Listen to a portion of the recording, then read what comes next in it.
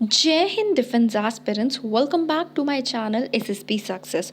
For any query regarding SSP and AFSP, please join our Telegram channel SSP Success, whose link is given in the description box. And for more updates regarding SSP and AFSP, do subscribe our YouTube channel SSP Success.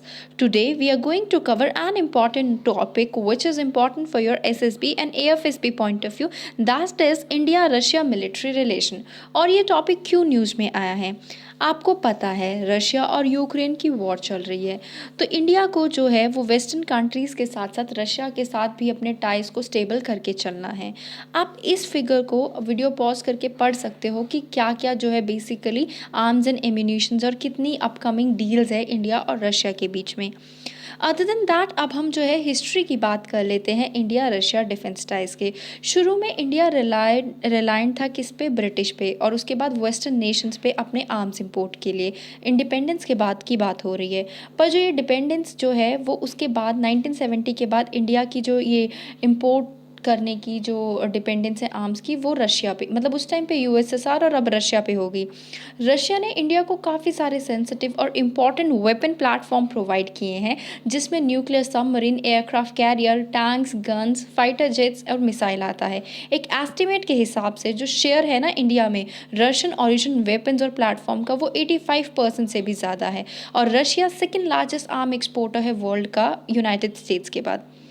Other than that Russia के लिए India largest importer है और India के लिए Russia largest exporter है जब भी arm transfer की बात आती है। 2000 से लेके 2020 तक रशिया ने 66.5% ऑफ इंडियाज़ आर्म इंपोर्ट को अकाउंट किया है। रशिया का जो शेयर है इंडियन आर्म्स इंपोर्ट में, वो जो है वॉज डाउन टू अबाउट 50%। कब? 2016 में। और उसके बाद वो जो है 2020 तक कितना आ गया है? 66.5। अब जो है क्या क्या डिफेंस इक्विपमेंट जो है वो प्रोक्योर किए गए हैं इंडिया के द्वारा रशिया से, उनकी बात कर लेते हैं। अगर हम रशिया से इंपोर्ट किए हुए सबमरीन्स की बात करें तो पहली सबमरीन इंडिया को मिली थी, वो भी सोवियत से, और जिसका नाम क्या था? The first foxtrot class submarine, जो कि यूएसएसआर से ली गई थी और उसने इंडियन सर्विस में एंटर किया था 1967 में एस INS Kalvari. 16 conventional diesel electric submarine में से टोटल में से जो इंडियन नेवी के पास 8 जो है वो किलो क्लास की है, जो कि सोवियत ओरिजिन है। इंडिया के पास indigenously manufacture nuclear ballistic missile है, जिसका नाम है INS अरिहंत, जो कमीशन की गई थी और जो कि 4 जो है बनाई भी गई है। और इसकी टेक्नोलॉजी कहाँ से ली है? रशियन प्लेटफॉर्म से। अगर हम फ्रिगेट और गाइडेड मिसाइल डिस्ट्रॉयर की बात करें, जो नेवी के 10 गाइडेड मिसाइल डिस्ट्रॉयर है वो रशियन कशिन क्लास है, और जो उसके 6 हैं वो 6 ऑफ इट्स जो है वो 17 फ्रिगेट्स है और वो रशियन तलवार क्लास है। एयरक्राफ्ट कैरियर की बात करें, इंडिया के पास एज ऑफ नाउ एक ही जो है एयरक्राफ्ट कैरियर सर्विस में है, that is INS Vikram Aditya, जो कि Soviet made Kyiv class vessel है और जो कि सर्विस में आया था इंडियन नेवी की 2013 में। अगर हम मिसाइल प्रोग्राम की बात करें तो जो इंडिया का मिसाइल प्रोग्राम है वो डेवलप किया गया है रशिया की हेल्प से और उससे पहले सोवियत की हेल्प से। जो ब्रह्मोस मिसाइल है जो कि इंडिया एक्सपोर्ट करेगा सून, वो डेवलप किसने की है? जॉइंटली रशिया के साथ डेवलप की गई है। और इसका ब्रह्मोस का जो नाम है वो 2 रिवर्स के नाम पे रखा गया है, इंडिया की ब्रह्मपुत्र और रशिया की मॉस्को। अगर फाइटर एयरक्राफ्ट की बात करें तो रशिया जो है one of the main exporter है फाइटर एयरक्राफ्ट का टू इंडिया, जिसमें hundreds of Sukhoi MiG jets आते हैं और 6 ऑफ सर्विस एयर टैंकर जो कि रशियन मेड है। ठीक है। आर्म्स एंड एम्यूनिशन की बात करें, international institute of strategic studies के अकॉर्डिंग इंडिया की जो प्रेजेंट मिलिट्री अर्सनल है वो किसके साथ हेवीली स्टॉक है? वो रशियन मेड और रशियन डिज़ाइन इक्विपमेंट के साथ स्टॉक है। टैंक्स की बात करें तो इंडिया का आर्मी का मेन बैटल टैंक जो है वो कंपोज किया जाता है प्रीडोमिनेंटली किससे?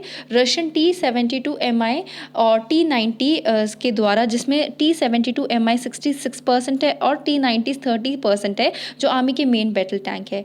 Favourable Russian military exports to India की बात करते हैं।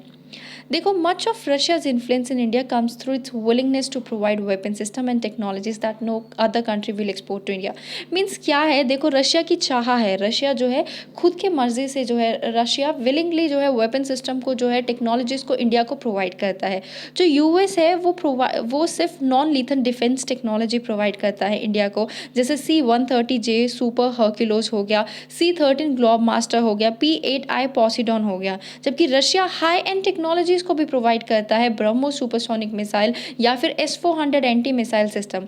रशिया जो है वो एडवांस वेपन प्लेटफॉर्म को ऑफर कंटिन्यू कर रहा है ऑफर करना, और इसको इंडिया को at relatively attractive rates. Okay, क्या इम्पैक्ट हो सकता है रशिया यूक्रेन वॉर का मिलिट्री सप्लाईज पे?